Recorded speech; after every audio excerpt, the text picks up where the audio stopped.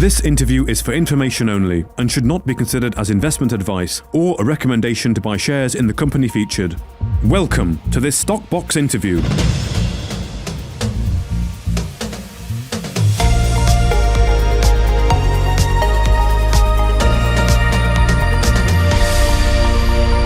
Well, joining us today again for the second time this week is Jason Brewer, the CEO of Marula Mining, following news that the company has identified two major graphite trends at the Bagamoyo Graphite project in Tanzania in a successful Phase 1 program of exploration activities. The Mihuga and the Sadan South graphite prospects have shown large flake sizes visibly observed and now quantified by an accredited laboratory in Tanzania. So hello, Jason. Welcome back. How are you doing? I'm very good, Mark. It's always good to be back, although I didn't expect to be on so quickly. Indeed, I know. And we've got a couple, again, announcements to talk about, just like we did earlier in the week. So, I mean, first of all, what is the significance of identifying these two major graphite trends at the Bagamoyo project? Look, it's great to have done this, and Geofields, our geoscience consultants, have done a great job from their mapping, sampling work which they undertook. What it now allows us to do is actually focus on these key mineralized trends, which are open. So we've already identified that it extends over 2.5 kilometers. We can now focus on key areas. And with that Bagamoyo project, as you may recall, we had 22 mining licenses within that project. That's an awful lot to manage and go through and so on. Now that we've had these two trends there, Mihuga and Sudan South, we can now really focus the next phase of work, the more detailed drilling, the more detailed trenching, to really define a project that we can then take forward towards the various feasibility studies and development activities. Excellent. Well, of course, Geofields has recommended further work, haven't they? Including securing strike extensions to the southwest and the north, completion of IP surveys to test the northeast extension targets, and more ground geophysical surveys to explore the graphite targets at depth. So, I mean, you're planning on commencing this in H2 of 2023. I mean, are you well on the way with planning this, and how are the results here going to impact the next phase of exploration at Bagamoyo? Yeah, look, they've provided us with, as part of that Phase 1 program, they did a very detailed geological database. That's now being used by us with Geofields to really do this planning.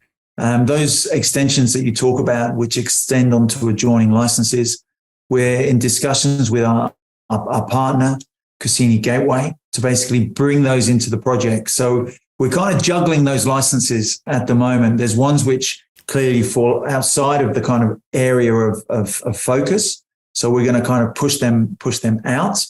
But then there's others now that we're pushing in. So I think that's a key area. But with Geofields now, yes, it's planning that next phase of drilling work, trenching work. They've recommended those IP surveys because their expression is this is lighting up. At Mihuga, for instance, that's where, and people can see this on our social media platforms, that's where you've got this 500 meter strike surface exposure where you can literally go down into the soil, rub your hands, and you've got graphite on your hands. So it's a very obvious target. And now we need to extend that through this next phase of work. So exciting times. And, we're going to be certainly working Geofields quite hard over the rest of this quarter and well into the second half of the year. Okay, excellent. So we can look forward to seeing some activity on the ground there at Bagamoyo in H2 of this year. That's good news. Now, I noticed you said in the RNS, with granted mining licenses that are contiguous to an operating and exploring graphite mine at the Kwamsisi and close to many other advanced exploration projects held by listed companies in the UK and Australia. So what is the potential of the Bagamoyo Graphite project? And do you think that the other operators in the area make a very good comparison to what you've got? The opportunities there are very significant. I mean, this is a proven graphite district. And to have an adjoining mine, which was built by a Tanzanian national, I visited it. I've seen the open pit that they're mining from. I've seen their processing plant. I've seen the bagged materials Actually, when we last went to Bagamoyo, we were stuck behind a whole convoy of trucks carrying this material out towards Dar. So, when you can see an existing operation there, that was a relatively small scale operation. But when you see that, again, a word you mentioned the other day, it gives you that confidence that actually this is real. But it's underdeveloped, underexplored. And there's really, there's not as many companies there as there should be. So we're not necessarily first mover, excuse me, but we're in a damn good position. So seeing that local operation there, which is now being run by a Chinese group, seeing ASX listed EcoGraph that have been actively looking at their project here for a fair few years. Andrew Spink's a good friend of mine who heads up EcoGraph. When you see those established companies in the area as well, it gives you that confidence of the ability to move forward. They're operating, some of these Australian, even London listed companies, they're operating under prospecting licenses. So from a licensing point of view, we're already a few steps ahead of them. So we've got that ability to move forward a bit quicker and benefit from all the hard graft that these guys have done over the years in really proving that this is a great district to be in. Excellent. Just thinking on the activities that the company have got, you're effectively going to have 3 exploration programs underway. You've got Kinusi, you've got Nyori, and now Bagamoyo all taking part this year. Yeah, absolutely. And unashamedly so. I mean, and we've got the capital to manage them. Capital from both, obviously, the funding side, but the human capital, which is probably more critical. How can you really, people will be saying, how can you realistically run 3 programs in parallel at any one time? And you've got to remember as well, at Kinusi, we're moving into production. Indeed. So you've got Kinusi. Well, let's take a step back. Blesberg on the lithium, you've got production and exploration, obviously on the hard rock lithium mine there. Kinusi, similar thing. You've got the exploration and the small scale mining activities, processing activities. And then Nyori and Bagamoyo, the 2 graphite projects, 2 exploration programs there. Yeah. We have the resources, both from a management perspective, general manager for East Africa, COO, myself, plus local geologists on the ground, plus groups such as Geofields. And remember, Geofields collectively have got over 50 years of experience in Tanzania. So we're not bringing in an expat geological group out of South Africa or the UK. We've got people that understand this place and themselves have the resources and capabilities to support our ambitious growth plans. Let's call it that. So, no, I'm very confident that going forward, we'll be able to deliver. It certainly means my time is going to be more precious, obviously. But as people would have seen, we're very driven, very, very focused in making this a success. So, yes, a lot of work happening. All well-funded, and I think that's important for investors to know, well-funded and with credible management and supporting consultants to be able to take this forward.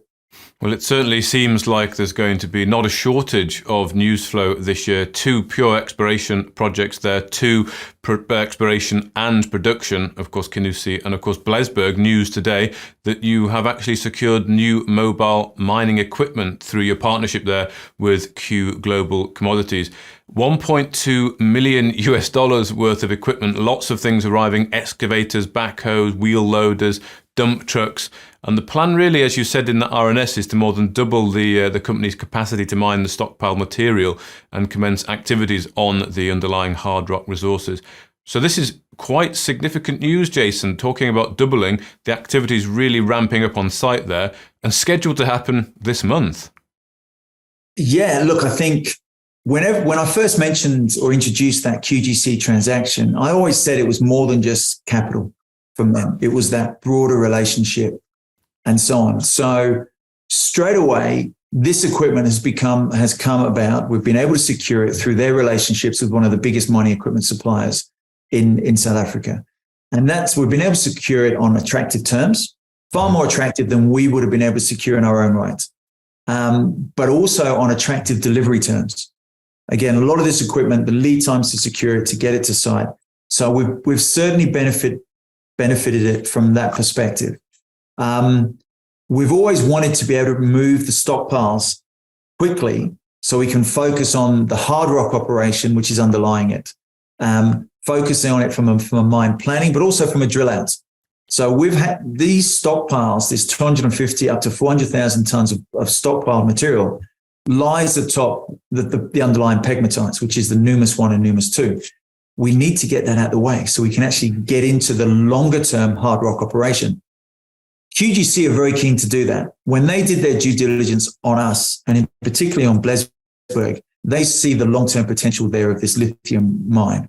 And they were, very pleased with the retreatment of the stockpile material, but their key goal was to see us move quickly into, like I say, the more conventional open cast mining operations. That's what this allows us to do. Get those stockpile tons moved, ready for the reprocessing of the spodumene, which we're getting out, but more importantly, allow us to really get into the hard rock resources.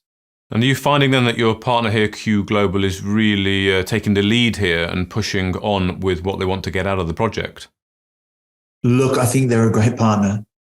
There's no question about that. And it's a partnership which I think is going to go from strength to strength. I was with Quinton in South Africa last week. I was with his whole acquisitions team, the team that we work very closely with on Blesberg. And their commitment to us is second to none. As I think we said, we are their only listed investment.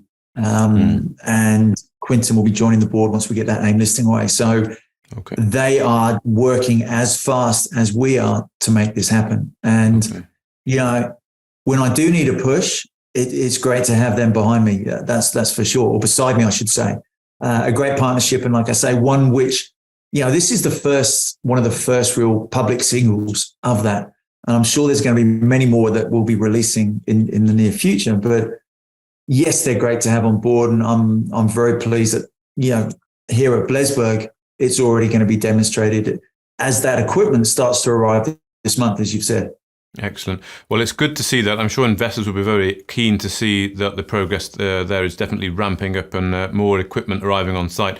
Anything you can share with regards to how the offtake are going? And are you still waiting on some of those assays to come back to give reassurance to the offtake partners of the quality of the... We've got a very detailed update to come out on Blesberg, which will touch on both the obviously the sampling programs which have been underway, sampling for existing off-takers, sampling for future off-takers.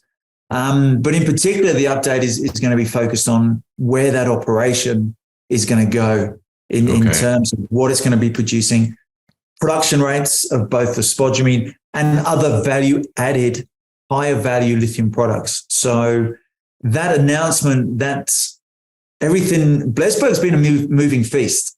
To have such an advanced lithium asset as Blesberg in the current market, where critical metals, lithium in particular, is getting such attention. It's a double-edged sword, I tell you. It's great on one hand, but then you're faced with so many opportunities. And if somebody could come and look in my inbox and see all the emails from various groups that want to get involved in both taking product, assisting us along the way here, and here. It's a lot of work, and we want to maximize that value there. So we've been doing an incredible amount of work with the team at QGC in particular to see how we're going to get best value out of Blesberg. And we're pretty much there. This RNS is going to be one of the better ones. I think we're prepared. And I think we've put out some damn good ones over the past several months. But yeah, Blesberg is a great asset. And it's one of the core assets as we move this company forward.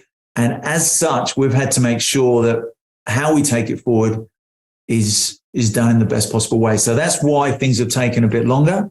That's why there's been a lot of deliberation, a lot of analysis, a lot of numbers thrown around, and how we've got to this point in time now. So I think shareholders are clearly waiting for an announcement out on that. And I don't believe they're going to be disappointed. So it'll be well received, I'm sure. Okay, well, thank you very much, Jason. I'm sure we'll be speaking on that. I don't know when, but maybe shortly after Easter. But thank you very much for that very comprehensive update today. And I'm sure it won't be long until we're talking again. Jason Brewer, the CEO of Marula Mining, thank you very much for your time. Mark, thanks as always. Cheers.